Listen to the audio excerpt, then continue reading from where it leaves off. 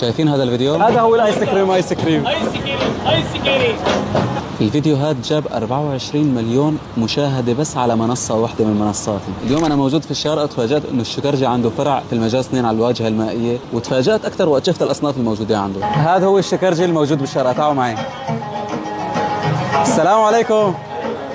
الله يعطيكم العافية يا رب.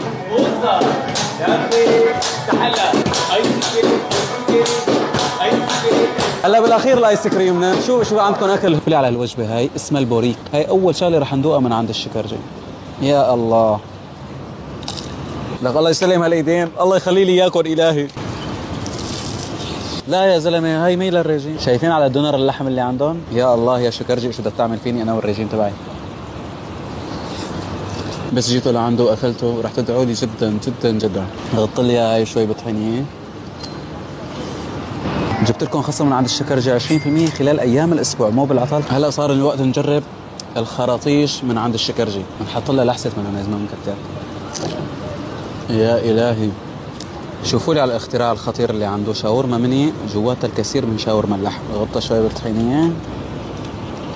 لحد الان اكثر شيء عجبني خراطيش الشاورما، مميزين جدا عنده. هلا بنجرب الشاورما مني دجاج. وين المايونيز؟ كأنه أنا ما سميت بسم الله.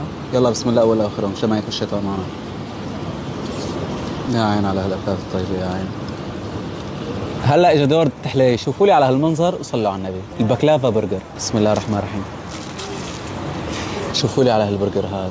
إيه يا يمه. هلا جينا على كنافة بالفستاشيو. شايفين الجبن والنعناع اللي فيها؟ القرشة وطعم الجبن اللي فيها كفيلة تنقلكم إلى عالم آخر. يا سافي علي. الله يعطيك الف عافيه. ما في بوظه كنافه؟ كنافه البوظه مستحيله. ايس كريم قرب فرجيهم. ايس كريم بوظه كنافه مستحيله.